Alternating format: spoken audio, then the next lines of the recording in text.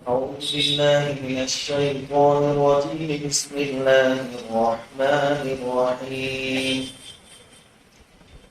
وإن من قرية إلا نحن مهلكوها قبل يوم القيامة أو معذبوها عذابا شديدا كان ذلك في الكتاب مسطورا. وما منعنا أن نرسل بالآيات إلا أن كذب بها الأولون وآتينا ثمود الناقة مبصرة فظلموا بها وما نرسل بالآيات إلا تخويفا. وإذ قلنا لك إن ربك أحاط بالناس وما جعلنا الرؤيا التي أريناك إلا فتنة للناس والشجرة الملعونة في القرآن ونخوفهم فما يزيدهم إلا طغيانا كبيرا. صدق الله العظيم. سورہ بنی اسرائیل کی آیت نمبر 58 سے لے کر 60 تک کی آپ کے سامنے تلاوت کی گئی.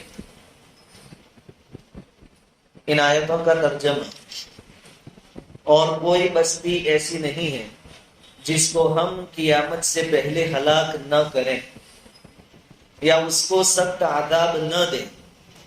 یہ بات کتاب میں لکھی ہوئی ہے اور ہم کو نشانیاں بھیجنے سے نہیں روکا مگر اس چیز نے کہ اگلوں نے ان کو جھٹلایا. اور ہم نے قوم سمود کو اونٹنی دی تھی جو آنکھیں کھولنے کے لیے کافی تھی مگر انہوں نے اس پر ظلم کیا. اور ہم نشانیاں صرف ڈرانے کے لیے بھیجتے ہیں. اور جب ہم نے آپ سے کہا کہ آپ کے رب نے لوگوں کو گھیرے میں لے لیا ہے اور وہ نظارہ جو ہم نے آپ کو دکھایا وہ صرف لوگوں کی جانچ کے لیے تھا، اور اس درخت کو بھی جس کی قرآن میں مذمت کی گئی ہے، اور ہم ان کو ڈراتے ہیں لیکن ان کی زبردست شرکسی بڑھتی ہی جا رہی ہے.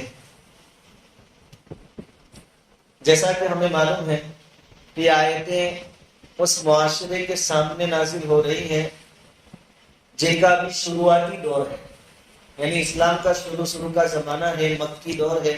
مکۃ المکرمہ میں صحابہ کرام اور حضور تشریف فرما ہے. اب حضور صلی اللہ علیہ وسلم جیسے جیسے مشرکین کو دعوت دیتے جاتے ویسے ویسے مشرکین کی مخالفت بڑھتی جاتی تھی، ان کی دشمنی بڑھتی جاتی تھی. تو اللہ رب العزت نے ان کو ڈرایا ہے اس آیت کے اندر، آیت نمبر 58 میں، کہ دیکھو ہم نے بہت بڑے نبی آپ کو دیے ہیں، یہ تم لوگوں کے لیے بہت بڑی نعمت ہے، تم لوگ اس کی قدردانی کر لو. اور اگر تم قدردانی نہیں کرو گے اور میرے لاڈلے نبی کی مخالفت نہیں چھوڑو گے تو یاد رکھنا کہ کافروں کی کوئی بستی ایسی نہیں ہے جس کو ہم قیامت سے پہلے ہلاک نہ کریں. او معذبوها عذابا شدیدا، یا ہم ان کو سخت عذاب دیں گے. کان ذلک فی الکتاب مسطورا، یہ بات لوح محفوظ میں پہلے سے لکھی جا چکی. اگر نہیں مانو گے تو دو میں سے کوئی ایک بات ضرور ہوگی یا دونوں باتیں ہوگی. ایک تو کافروں کی ہر بستی کو اللہ رب العزت قیامت سے پہلے ختم کر دیں گے، ہلاک کر دیں گے کسی آفت کے ذریعے. ورنہ مرنا تو ویسے سب کو ہی ہے لیکن ان کی ہلاکت کسی آفت کے ذریعے ہوگی. اور اگر کفر اور شرک کی حالت میں ہی مرے ہیں تو آخرت میں عذاب تو ہونا ہی ہونا ہے. تو دونوں چیزیں.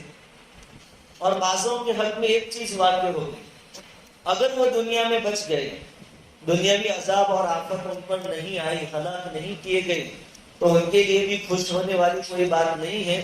ان کے لیے آخرت کا عذاب بالکل تیار ہے اور اس میں ذرا برابر کوئی شک نہیں ہے. جب یہ بات کہی گئی اس وقت تو مشرکین کو یقین نہیں آیا، کیونکہ ان کے سامنے اپنی میجورٹی تھی کہ ہم تو کتنے زیادہ ہیں، مکہ پورا مشرکین سے بڑا پڑا ہے اور یہ مسلمان تو چند ہے، اور بزبانی ان کے اگر کہیں تو چند دنوں کی پیداوار ہے، ابھی ابھی کھڑے ہوئے. ہم کو کون ہلاک کرے گا؟ ان کے ذہن میں ایک کیڑا تھا. اللہ رب العزت نے وعدہ کیا تھا، یہ وعدہ ان کے افراد پر بھی پورا ہوا اور ان بستیوں پر بھی پورا ہوا. افراد پر یعنی جو مخالفت کرنے والے سرگنے اور سردار تھے، ابو جہل، عتبہ، شیبہ، یہ جو لوگ تھے وہ غزوہ بدر میں مارے گئے. یہ ان کی ہلاکت ہوئی، افراد کی ہلاکت. حضرت عبداللہ بن مسعود رضی اللہ تعالیٰ عنہ فرماتے ہیں کہ ایک مرتبہ نبی کریم صلی اللہ علیہ وسلم کعبہ شریف کے سامنے نماز پڑھ رہے تھے. جب آپ سجدے میں گئے تو ابو جہل نے چیلنج کیا کہ بھائی ہمارے اندر سے کوئی ہے بہادر جو اٹھے اور پورا جگہ کل جو اونٹ ذبح کیا گیا تھا اس کی اوجھلی لا کر حضور پر رکھ دے. عقبہ بن ابی معیط یا کوئی اور تھا، وہ کھڑا ہوا، اس نے وہ ہوج لا کر حضور صلی اللہ علیہ وسلم کے اوپر رکھ دی. حضور کا سجدے میں تھے، کسی کی طاقت نہیں تھی کہ ہٹا سکے. ایک آدمی دوڑتا ہوا حضرت فاطمہ رضی اللہ تعالیٰ عنہ کے پاس گیا.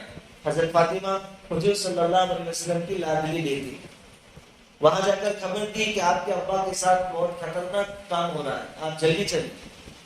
بیٹی ہے، ماں باپ اپنے اولاد کے لیے جان قربان کر دیتے ہیں اور اولاد اپنی ماں باپ کے لیے جان قربان کر دیتے. دوڑتی ہوئی آئی حضرت فاطمہ رضی اللہ تعالیٰ عنہ، اور حضور پر سے وہ اتنی وزنی تھی کہ حضور سجدے میں سے اٹھ نہیں سکے. حضرت فاطمہ رضی اللہ تعالیٰ عنہ وہ آئی اور اس کو ہٹایا. پھر حضور صلی اللہ علیہ وسلم سجدے سے کھڑے ہوئے، نماز پوری فرمائی. اس کے بعد نبی کریم صلی اللہ علیہ وسلم نے دعا فرمائی، اللہم علیک بجماعت قریش، کہ اللہ قریش کی جماعت پر عذاب نازل کر، ان کو پکڑ. پھر آپ صلی اللہ علیہ وسلم نے تقریباً 7 لوگوں کے نام بھی لیے بد دعا کے اندر کہ اللہ ابو جہل کو پکڑ،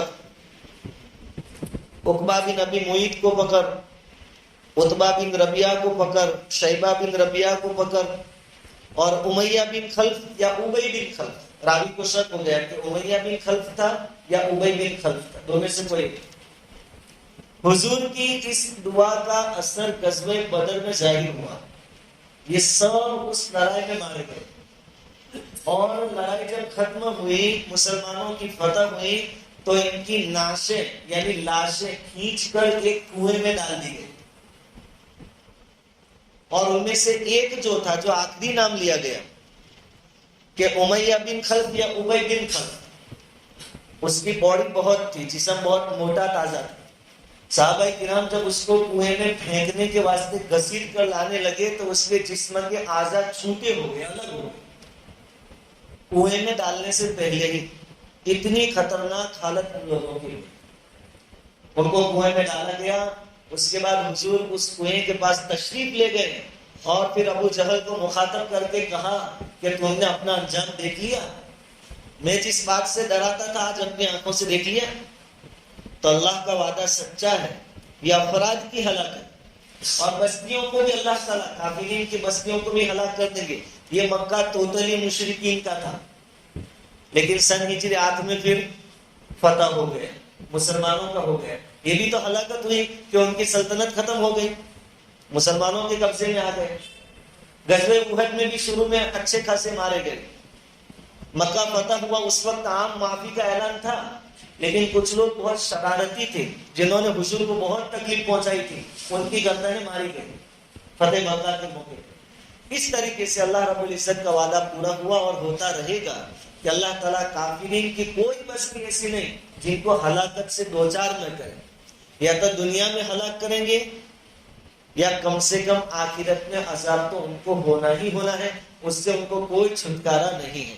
اس آیت کے اندر اللہ رب العزت نے بتایا کہ نبی بڑی نعمت ہے، اس کی قدردانی کر لو تو عذاب سے بچ جاؤ گے، اور اگر تم نے ناقدری کی تو عذاب آئے گا.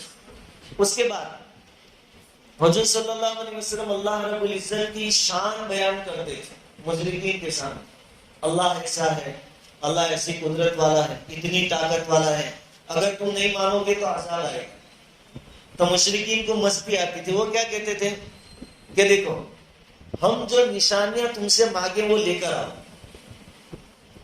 مشرکین میں مکہ کے جو مشرکین تھے وہ اتنے پڑھے لکھے نہیں تھے، لیکن ان کا کنیکشن یہودیوں سے تھا. یہودی ان کو ہمیشہ سکھایا کرتے تھے کہ کچھ ایسے سوال حضور سے کریں, کچھ ایسے مطالبے کریں جو حضور پورے نہ کر سکے. تو مشرکین کو سکھاتے تھے. کبھی تو کہتے تھے کہ روح کے بارے میں پوچھو محمد سے, کبھی کہتے تھے چاند کے بارے میں پوچھو, کبھی کسی اور کے بارے میں, کبھی کہتے تھے ذوالقرنین کون تھا وہ اس کے بارے میں. کیونکہ یہودیوں کے پاس آسمانی کتاب تھی, توریت تھی, عیسائیوں کے پاس انجیل تھی, ان کتابوں کے اندر یہ سب چیزیں لکھی ہوئی تھی. تو وہ اپنی کتابوں کا مطالعہ کر کے پڑھ کے پھر مشرکین کو سکھاتے تھے کہ حضور کو یہ کہو. تو مشرکین نے یہ بھی ڈیمانڈ کی تھی کہ دیکھو ہم آپ کو نبی مانیں گے, لیکن ہم کچھ باتیں آپ سے چاہتے ہیں, آپ وہ کر کے دکھائیں تو ہم آپ کو نبی مان لیتے ہیں. پہلی بات آگے چل کر آئے گی, سورہ بنی اسرائیل میں ہی ہے 15ویں پارے میں. انہوں نے کیا مطالبہ کیا حضور سے کہ دیکھو مکہ ٹوٹلی پہاڑی علاقہ ہے, پہاڑ ہی پہاڑ ہے, یہاں کھیتی باڑی نہیں ہوتی, پانی کی قلت ہوتی ہے. اگر آپ سچے نبی ہیں تو ایک کام کیجئے, پہاڑوں کو دور ہٹا دیجئے, پہاڑوں کو اپنی جگہ سے دور ہٹا دیجئے, میدان بنا دیجئے تاکہ ہم اس میں کھیتی کریں, اور پانی کی نہر جاری کر دیجئے تاکہ ہم کھیتی کو پانی پلا دیں. یہ کوئی نبی کے کام ہے؟ کہا کہ نہیں, یہ نشانی دکھاؤ گے تو ہم تم کو مان. ایک مطالبہ ان کا یہ تھا. دوسرا مطالبہ یہ تھا او تکون لک جنت من نخیل وعنب فتفجر الانہار خلالها تفجیرا. چلو ٹھیک ہے, ہم سب کے لیے تم نہیں کر سکتے تو کم سے کم تمہارے پاس کوئی اپنا باغ ہونا چاہیے, گارڈن. باغ کے اندر انگور کے درخت ہو, کھجور کے درخت ہو, اور اس کے بیچ میں سے نہریں بہتی ہو. ایسا تم کر کے دکھاؤ تو ہم مانیں کہ اللہ تمہارے ساتھ ہے اور تم کو اللہ نے اپنا نبی بنایا ہے. اب یہ بھی کوئی نبی کا کام نہیں. تیسرا مطالبہ تھا او تسقط السماء كما زعمت علينا كسفا او تأتي بالله والملائكة قبيلا. یا تم بار بار کہتے ہو کہ آسمان سے عذاب آئے گا, عذاب آئے گا. ایک کام کرو, آسمان کو ٹکڑے ٹکڑے کر کر ہمارے اوپر گرا دو تو ہم مانیں گے کہ تم نبی. ایسا کرو کہ اللہ کو لے آؤ. کتنی ضرورت, کیونکہ ان کے سامنے اللہ کی طاقت ہی نہیں تھی. ان کے سامنے ان کو احساس نہیں تھا کہ اللہ کیا چیز ہے. اللہ کون سی رستے کا, اللہ کو لے آ جاؤ. اور فرشتوں کو بھی لے آئیے. تم کہتے ہو کہ جبرائیل میرے پاس آتے ہیں, 700 پڑھ رہے ہیں, لے کے آؤ. آدمی جب تکبر میں مبتلا ہوتا ہے تو پھر سامنے کیا ہے کچھ دیکھتا نہیں. ایک مطالبہ ان کا یہ تھا. ایک اور بات او یکون لک بیت من زخرف, یا چلو گارڈن نہیں بنتا, باغ نہیں ہوتا کھجور اور انگور والا اور نہریں والا, تو کم سے کم تمہارا مکان سونے کا ہو جائے, گولڈ کا. تم تو جیسے جھمرے میں رہتے ہو اور تم کہتے ہو کہ میں نبی ہوں, تم یتیم ہو اور دعویٰ کرتے ہو کہ میں یتیم. نبی ہو تو کچھ اسپیشلٹی بھی تو ہونی چاہیے, کوئی خاص چیز تو ہونی چاہیے. تمہاری پوزیشن تو ہم سے بھی گئی گزری, تو کم سے کم تمہارا گھر سونے چاندی کا بنا. او ترقوا فی السماء, یا ایک کام کرو تو آسمان میں چڑھ کر بتاؤ. عجیب و غریب مطالبہ, آسمان میں چڑھتے لکھو. ہم اللہ کا شکر کریں کہ ایسی عقلیں ہماری اللہ نے نہیں بنائی کہ اسلام ثابت کر کے بتاؤ, اللہ ثابت کر کے بتاؤ. ہم نے نہ اللہ کو دیکھا, نہ اللہ کے نبی کو دیکھے, نہ صحابہ کرام کو دیکھے, نہ جبرائیل امین کو دیکھے, لیکن اللہ نے ہمیں ہدایت دی. اللہ کا شکر ہے اس کے. تو یا تو تمہارا گھر سونے کا ہو یا تم آسمان میں چڑھو. اور پھر کیا کریں, اچھا تم آسمان میں چڑھ بھی جاؤ, ان کو اندر بھی ہوتا تو ہوگا کہ کہیں چڑھ کے بتا دیں گے تو, کہ خالی تمہارے چڑھنے سے ہم مطمئن نہیں ہوں گے. چاہے تم ہمارے سامنے چڑھو گے, تم چڑھو اوپر اور تمہارے اللہ کے پاس سے کتاب لے کر ہمارے سامنے آؤ. کتابت نہ کرو, ہم پڑھیں تو ہم مانیں گے کہ بھائی تم کوئی نبی ہو. اللہ تعالیٰ نے فرمایا قل سبحان ربی بل کنت الا بشر رسولا. اے حضور ان سے کہہ دو کہ یہ سب اللہ کے کام ہے. میں نے کہاں خدا ہونے کا دعویٰ کیا ہے, میں نے تو نبی ہونے کا دعویٰ کیا ہے. یہ سب میرے بس کی بات نہیں ہے. میرے لیے تو سیدھی لیتی میں سیدھی لائن میں یہ بات ہے کہ وہی آتی ہے اور مجھے ذمہ داری دی گئی ہے تم تک پہنچانا, میں تم تک پہنچا دیتا ہوں. لیکن وہ اپنی ضد پر اڑ گئے کہ نہیں نشانی بتاؤ تو ہی مانے. اب یہ بھی ہو سکتا تھا کہ اللہ تعالیٰ ساری نشانیاں بتا دیتے, اللہ کے لیے کون سی مشکل بات ہے. موقع آنے پر اللہ نے بتائی بھی ہے. لیکن اللہ تعالیٰ نے مشرکین مکہ کی اس ڈیمانڈ کو پورا نہیں کیا، ان کی منہ مانگی نشانیاں نہیں عطا فرمائی۔ اس کی وجہ کیا ہے کہ اللہ رب العزت کا طریقہ یہ ہے، سنت اللہ یہ ہے، عادت اللہ یہ ہے کہ جب کسی قوم کو ان کی منہ مانگی نشانیاں دے دی جاتی ہیں، اس کے بعد بھی وہ ایمان نہیں لاتے ہیں، تو اللہ تعالیٰ پھر سب کو ہلاک کر دیتے ہیں۔ اور مکہ والوں کے حق میں اللہ تعالیٰ نے ہلاکت کا فیصلہ نہیں فرمایا تھا، کیونکہ ان میں سے بہت سارے آگے چل کر صحابی بننے والے تھے، اس لیے جب یہ ڈیمانڈ کر رہے تھے اس وقت ہلاکت کا فیصلہ اللہ نے ان کے لیے نہیں کیا تھا، اس لیے اللہ تعالیٰ نے ان کی اس ڈیمانڈ کو پورا نہیں کیا۔ اس کا جواب اللہ رب العزت اس آیت میں دے رہے ہیں، وَمَا مَنَعَنَا أَن نُرْسِلَ بِالْآيَاتِ وَمَا مَنَعَنَا أَن نُرْسِلَ بِالْآيَاتِ إِلَّا أَن كَذَّبَ بِهَا الْأَوَّلُونَ، اور ہم کو نشانیاں بھیجنے سے نہیں روکا مگر اس بات نے کہ اگلوں نے ان کو جھٹلایا تھا۔ بھائی تم سے پہلے تمہارے جیسے جو مشرکین گزرے ہیں انہوں نے بھی نشانیاں مانگی تھی، ہم نے ان کی منہ مانگی نشانیاں دی تھی، پھر بھی انہوں نے اس کو جھٹلایا۔ جب جھٹلایا منہ مانگی نشانیوں کو تو ہم نے اپنی سنت اور عادت کے مطابق ان کو ہلاک کر دیا۔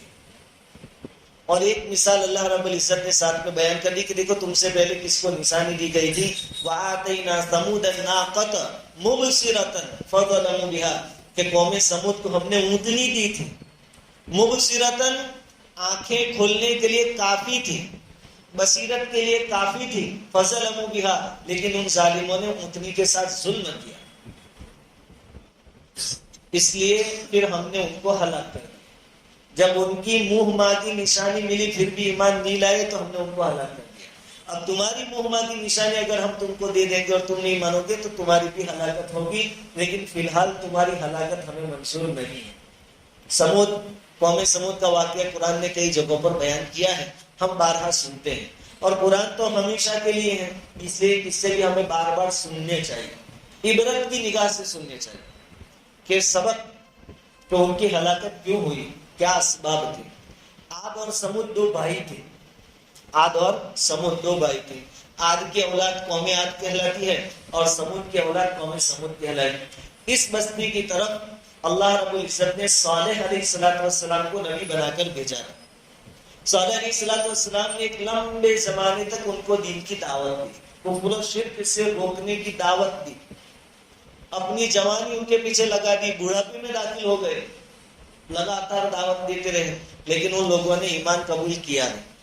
پھر ان لوگوں نے کیا پلاننگ کی کہ سمود ہمیں بہت حیران، صالح علیہ السلام ہمیں بہت حیران کر رہے ہیں، تو ہم کوئی ایسی نویل کی چیز ان سے طلب کریں، ان سے مانگیں جو وہ لا نہ سکے، اور جب لا نہیں سکیں گے تو ہم ان کا جھوٹا ہونا ثابت کر دیں لوگوں کے ساتھ۔ تو انہوں نے مشورہ کیا کہ کیا کریں۔ پھر ان کے دماغ میں ایک بات آئی، صالح علیہ السلام کی خدمت میں حاصل ہوئی اور کہا کہ دیکھو ایک نشانی جو ہم مانگے وہ تم لا کر دو گے تو ہم مسلمان ہو جائیں، ایمان لے آئیں گے۔ کون سی نشانی؟ کہ دیکھو فلاں جو پہاڑ ہے، پہاڑ بھی انہوں نے طے کیا تھا کہ اس پہاڑ میں سے آپ اونٹنی نکال کر دکھاؤ، اونٹنی، اور وہ اونٹنی بھی کیسی گابن ہونی چاہیے، اس کے پیٹ میں بچہ ہونا چاہیے۔ صالح علیہ السلام نے اللہ رب العزت سے دعا فرمائی، اللہ رب العزت نے ان کی منہ مانگی نشانی عطا فرمائی، ان کی آنکھوں کے سامنے پہاڑ پھٹا اور اس میں سے گابن اونٹنی نکلی، عجیب و غریب تھی، کیونکہ اللہ رب العزت نے ڈائریکٹ پیدا کی تھی، ماں باپ سے پیدا نہیں ہوئی، پہاڑ سے نکالی تھی، اس کا خوراک بھی بہت تھا، پانی بھی بہت پیتی تھی۔ اب صالح علیہ السلام کو ڈر لگا، وہ تو نبی تھے، وہ جانتے تھے کہ منہ مانگی نشانی مل جانے کے بعد ایمان نہ لانے پر اللہ ہلاک کر دیں گے، اس لیے صالح علیہ السلام نے پہلے سے لوگوں کو کہہ دیا کہ دیکھو اب تم ایمان نہیں لائے، منہ مانگی نشانی آ گئی تو بھی نہیں لائے، تو ہلاکت کے لیے اتنا ہی کافی ہے، لیکن مہربانی کر کے یہ اونٹنی کے ساتھ چھیڑ چھاڑ مت کرنا۔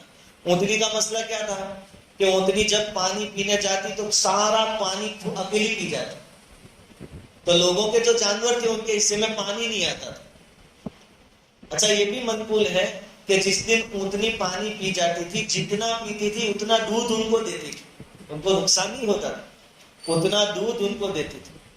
پھر صالح علیہ السلام نے لوگوں کو جمع کیا اور کہا دیکھو اس کو پانی زیادہ چاہیے تو ہم باری مقرر کر دیتے ہیں، ایک دن اونٹنی پانی پیے گی، تمہارے جانور نہیں پئیں گے یہاں سے، اور دوسرے دن تمہارے جانور پئیں گے، یہ اونٹنی نہیں پیے. لیکن مہربانی کر کے اونٹنی سے چھیڑ چھاڑ مت کرنا. لیکن اب ان کی ہلاکت کا وقت قریب آ چکا تھا، ان کے اپنوں پر پردے پڑے ہوئے تھے. انہوں نے اونٹنی کے پیر کاٹ دیے اور اونٹنی کو قتل کر دیا.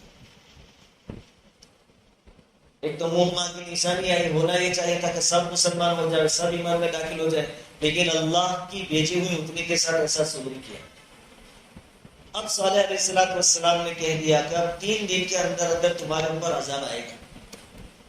پہلے دن تمہارے چہرے زرد ہو جائیں گے، پیلے ہو جائیں گے. دوسرے دن سرخ یعنی لال ہو جائیں گے، اور تیسرے دن تمہارے چہرے کالے ہو جائیں گے، پھر تم ہلاک کر دیے جاؤ. جس قوم کی صورتیں مسخ کی گئی، بگاڑی گئی، وہ بھی دنیا میں زیادہ زندہ بھی نہیں رہی، وہ ہلاک ہو گئی. بنی اسرائیل میں سے بعض لوگوں کو بندر بنا دیا تھا اللہ تعالیٰ. ان کی نسلیں پھر آگے چلی نہیں. آج کے جو بندر ہیں وہ ان کی نسل کے نہیں. جن کی صورتیں مسخ ہوگی اللہ ان کو وہاں ختم کر دے گا. صالح علیہ السلام نے کہا کہ 3 دن کے اندر تمہارا کھیل ختم ہو جائے گا، اللہ کا عذاب آئے گا. اور ایسا ہی ہوا. بادل چھانے لگے اور ماحول ایک دم تنگ ہونے لگا، گھبراہٹ محسوس ہونے لگی. اب اس وقت میں بھی ان کو چاہیے تھا کہ اللہ کی طرف رجوع کرے. صالح علیہ السلام کے ہاتھوں توبہ کرے. اگر اس وقت بھی توبہ کرتے تو ان کی توبہ اللہ رب العزت قبول فرما دیتے، لیکن نہیں. اپنی مستی میں رہے، کھاتے پیتے رہے. تیسرے دن جب رات کو سوئے تو زلزلہ آیا اور ایک چیخ لگائی گئی. چیخ جیسے آدمی چیختا ہے نا، ایسے ایک چیخ ماری فرشتے. اتنی خطرناک چیخ تھی کہ ان لوگوں کے دل پھٹ گئے. اس کی گھبراہٹ کی وجہ سے لوگوں کے دل پھٹ گئے اور زلزلہ آیا اور پوری قوم تباہ و برباد ہو گئی. اللہ رب العزت نے یہ یاد دلایا مشرکین مکہ کو کہ دیکھو تم بھی مشرک آگے تمہارے جیسے گزرے ہیں. تمہارا مزاج اور ان کا مزاج ایک جیسا ہی تھا. تم بھی ضدی، وہ بھی ضدی. انہوں نے اپنی من مانی نشانی پا کر بھی ایمان قبول نہیں کیا تو ہم نے ان کو ہلاک کر دیا.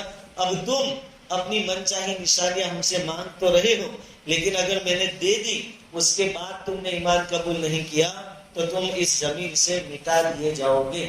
اس لیے فی الحال تمہاری یہ نشانیاں نہیں دی جائے گی، کیونکہ اللہ رب العزت نے ان میں سے بہت ساروں کے واسطے ایمان منظور کر لیا تھا، ان کی تقدیر میں ایمان رکھ دیا. اس لیے مشرکین مکہ کی یہ ڈیمانڈ پوری نہیں کی گئی. اور نشانی پوری کرنا، بندوں کی ڈیمانڈ پوری کرنا نہ کرنا، یہ اللہ کے اوپر اس کا حق. اللہ ہمیں آزمانا چاہے آزما سکتا ہے، اس کو حق ہے، کیونکہ ہمیں زندگی دینے والا وہ ہے. لیکن ہم اللہ کو آزما نہیں سکتے. ایک بزرگ پہاڑ پر بیٹھے ہوئے تھے. شیطان آیا آدمی کی شکل میں، بات چیت کرنے لگا، ایمان چیک کرنے لگا. پھر بات میں اس نے بزرگ سے کہا کہ تمہیں اللہ پر یقین ہے کہ اللہ بچانے والا ہے؟ کہا کہ ہاں، کیوں نہیں، بچانے والا ہے. اب سنیے، تو شیطان نے کہا کہ اگر تم کو اللہ پر یقین ہے تو آپ یہاں سے نیچے کود جاؤ، اللہ تم کو بچاتا کہ نہیں ذرا چیک کر لیتے. اب ہم ہو تو کیا جواب دیں؟ ایک طرف تو کہہ دیا کہ ہاں اللہ بچانے والا ہے، اب دوسری طرف کودنے کا کہہ رہا ہے تو کودنا پڑے گا. بزرگ ہوتے انہوں نے جواب دیا کہ بیوقوف، اللہ کو حق ہے کہ ہمیں آزمائے، لیکن ہمیں حق نہیں ہے کہ ہم اللہ کو آزمائیں. اللہ بچاتا ہے کہ نہیں بچاتا وہ چیک کرنے کی ہمیں کوئی ضرورت. اللہ کا حکم ہو تو کود جاؤں، لیکن اللہ کو چیک کرنے کے واسطے میں کودنے والا نہیں ہوں. اور معلوم ہوتا ہے کہ تو شیطان مردود ہے، پھر بھاگا وہاں سے. تو اللہ رب العزت نے 2 آیتیں میں نے آپ کے سامنے آج پڑھی، اس کے اندر مشرکین اور کافرین کو دھمکایا، عذاب سے ڈرایا کہ یا تو قیامت سے پہلے بستیاں ہلاک کر دیں گے کسی آفت کے ذریعے، اور یا تو آخرت میں تم کو عذاب دیا جائے گا. اس لیے جو نبی میں نے بھیجے ہیں اس کو مان لو اور ایمان میں داخل ہو جاؤ. اور دوسری بات کہ تمہاری جو ڈیمانڈ پوری نہیں کی جا رہی اس کی ایک وجہ ہے، اور وہ یہ کہ ڈیمانڈ پوری ہونے کے بعد ایمان نہیں لاؤ گے تو ہلاک کر دیے جاؤ گے، جیسا کہ قوم سمود کو ہلاک کر دیا گیا. ہمارے سامنے بھی چھوٹی بڑی بہت ساری نشانیاں روز بروز آ رہی ہیں، لیکن ہم ہیں کہ ہمارے حال میں ذرہ برابر کوئی سدھار نہیں ہوا، ذرہ برابر نہیں ہوا.